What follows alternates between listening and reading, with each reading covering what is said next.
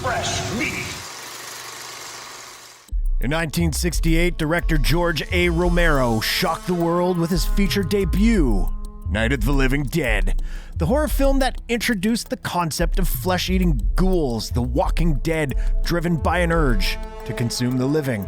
A new kind of monster that captured the imaginations and scared the hell out of people. Although the word zombie is never spoken in the film, that's what the audience would decide these things should be called, and zombies remain incredibly popular to this day. A couple of decades after making Night of the Living Dead, Romero and his collaborators decided to produce a remake. Night of the Living Dead 1990 didn't go over as well as its predecessor did, to put it lightly, but it is one of the best remakes of a horror classic we've ever gotten.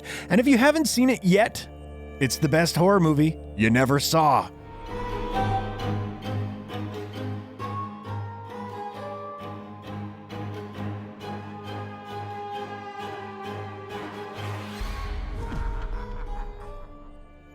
Romero directed the original Night of the Living Dead from a screenplay he wrote with John A. Russo. When it came time for the remake, Romero handled the writing duties himself. He stuck to the concept of 7 people seeking shelter in an isolated farmhouse as the unburied dead return to life.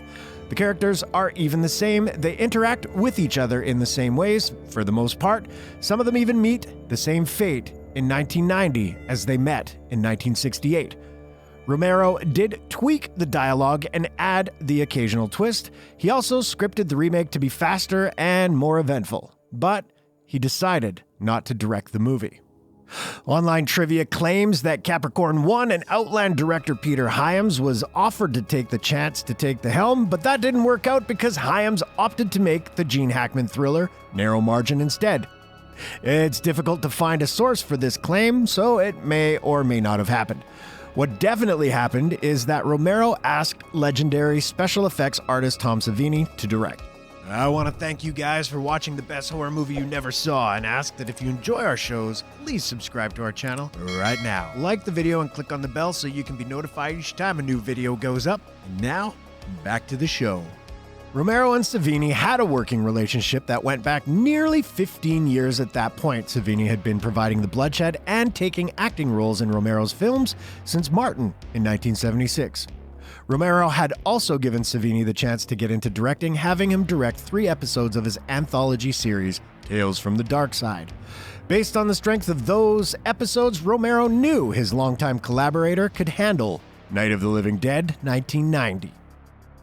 Romero and Savini had first met when Savini was still in high school. This was in the mid-60s when Romero was thinking of making a movie called Wine of the Fawn.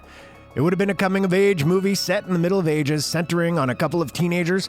The teenage Savini was interested in being involved with the movie. When that project was scrapped and eventually replaced by Night of the Living Dead, Savini wanted to do the special effects, but he got sent off to the Vietnam War before filming began. When the new Night of the Living Dead was brought up to him, it was like getting a second chance to work on the movie he missed out on. Savini had some ideas for the new movie that got shot down very quickly, and since the first Night had been in black and white, he thought the remake should start that way, with color gradually seeping in. The producers weren't into that. The remake is in color from the first frame. He also pitched the idea of zombie point of view shots that would be in black and white, going in and out of focus. Romero didn't like that, feeling that seeing the world through the eyes of the zombies would give the dead too much life. One major change that Savini was able to bring to the table was the evolution of the Barbara character. In the original film, Barbara, played by Judith O'Dea, had been shocked into a catatonic state early on and never really emerged from it. Savini wanted her to start off as an unstable, mousy schoolmom type, someone who needs her brother to drive her 200 miles to the cemetery her mother is buried in. She can't handle the drive on her own, but as the world falls apart around her, Barbara finds her inner strength and becomes a badass heroine. His vision for Barbara even drew comparisons to Sigourney Weaver in Aliens. Romero went along with it, a chance to make up for how weak Barbara had been the first time around. Caroline Williams, who had worked with Savini on the Texas Chainsaw Massacre 2, was considered for Barbara, but the role went to Patricia Tallman, an actress and stuntwoman who had known Savini and Romero for a long time. She even had roles in Night Riders and one of Savini's Dark Side episodes. A very strong character in the original film had been Ben, played by Dwayne Jones. It was going to be tough for anyone to try to live up to Jones's performance. Ving Rhames, Lawrence Fishburne, and Eric LaSalle were up for the role. Romero's then-wife Christine, an associate producer on the project, was particularly impressed by LaSalle's audition. But then, future genre icon Tony Todd, still a few years away from playing Candyman, came in and blew Savini away with his audition. He got the part. Aside from Barbara, who'd be looking quite different with short red hair, Savini wanted the cast to resemble the originals as much as possible. Given his association with horror, you might think he cast Tom Towles in the film because he was familiar with him from Henry, Portrait of a Serial Killer. But Savini hadn't seen Henry. He cast Towles as the hard-headed, hot-tempered Harry Cooper, Ben's nemesis, because he could act and look like Carl Hardman from the first movie. McKee Anderson was cast as Harry's long-suffering wife Helen, originally played by Marilyn Eastman. The Coopers have a young daughter who's suffering from a zombie bite. This character, named Karen, played by Kyra Shawn in '68, is now Sarah, played by Heather Mazer. Stepping in for Keith Wayne and Judith Ridley as young lovers Tom and Judy were William Butler and Kate Finneran. This was Finneran's screen debut. Genre fans already knew Butler from things like Ghoulies 2, Friday the 13th Part 7, The New Blood, Freddy's Nightmares, and Leatherface, Texas Chainsaw Massacre 3. That's right, the guy shared the screen with Ghoulies, Jason, Freddy, Leatherface, and Romero zombies. Now that's a career to be proud of. Of course, it was also necessary to cast someone special in the role of Johnny, Barbara's short-lived brother, who speaks the famous line, "They're coming to get you, Barbara." For this role, Savini chose Texas Chainsaw Massacre 2's Bill Moseley. The original Johnny had been played by Night of the Living Dead producer Russ Streiner, who returned to produce the remake alongside Romero and original co-writer John A. Russo. Night of the Living Dead 1990, or Night 90, as it's called by fans and the people who are behind it, exists because of an error a distributor made 22 years earlier. The original film had landed a distribution deal with Continental Releasing, a division of the Walter Reed organization, but when they handed the film over, it was called Night of the Flesh Eaters. The decision was made to change the title to Night of the Living Dead, and when the distributor changed the title, they forgot to put a copyright notice on the film. Without that, Night of the Living Dead became public domain as soon as Continental sent it out into the world. The movie racked up millions of dollars that didn't go to Romero, his collaborators, or the rest of the investors. The Nightmakers filed a lawsuit against Continental that dragged on for years. As soon as the $3 million judgment was made in the filmmakers' favor, Continental went bankrupt, so that $3 million went out the window. They did get the rights to their movie back, but the bootlegging was so prolific, they still didn't make much profit from it. They tried their best to take unauthorized copies and merchandise off the market, but it proved difficult to keep control of the stuff. Around 1986, another lawsuit had to be filed when Hal Roach Studios made a colorized version of the film without permission. Once that issue was dealt with, Russo decided it was time to face another problem: the possibility that someone might try to remake Night of the Living Dead. When he heard that a company in Texas was considering doing just that, he called Romero to get the ball rolling on their own remake. Romero openly admitted to Fangoria that the decision to make Night 90 was purely financial. They wanted to make money for the original investors who had been screwed over by the copyright ordeal.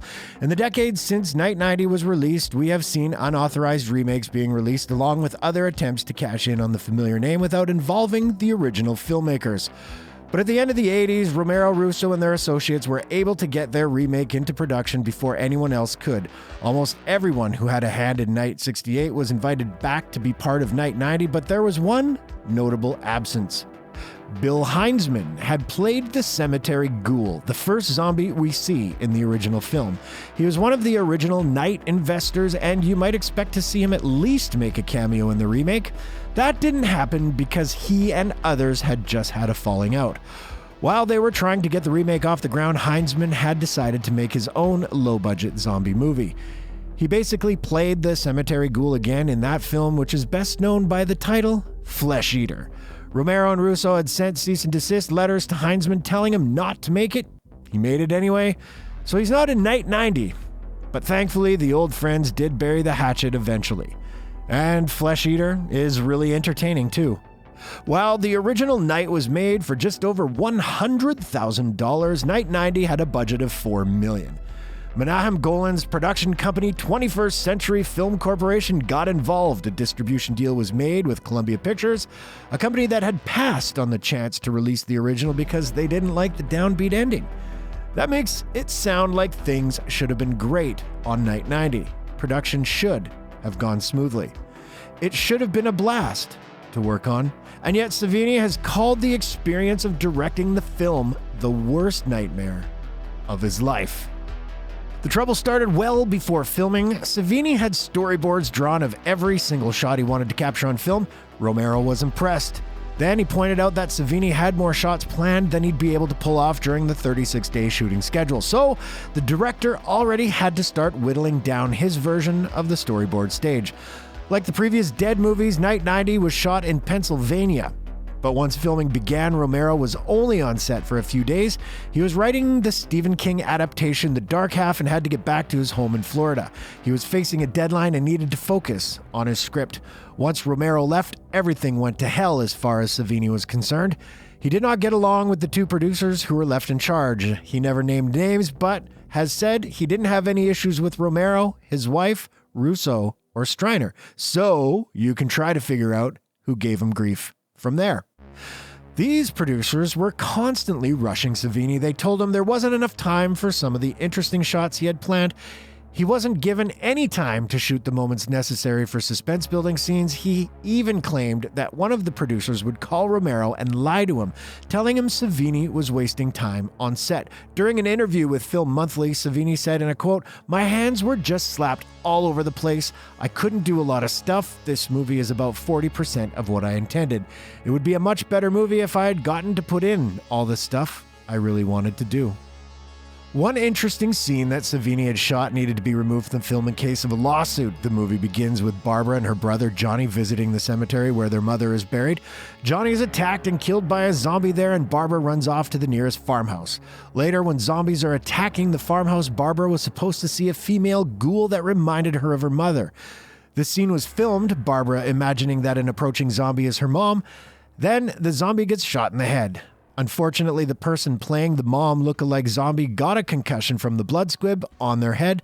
The producers decided to take her out of the movie in case she ended up suing them for that injury. Her scene was replaced by the shirtless zombie who comes busting in. Barbara uses him as an example, showing that he can't be killed unless he's shot in the head.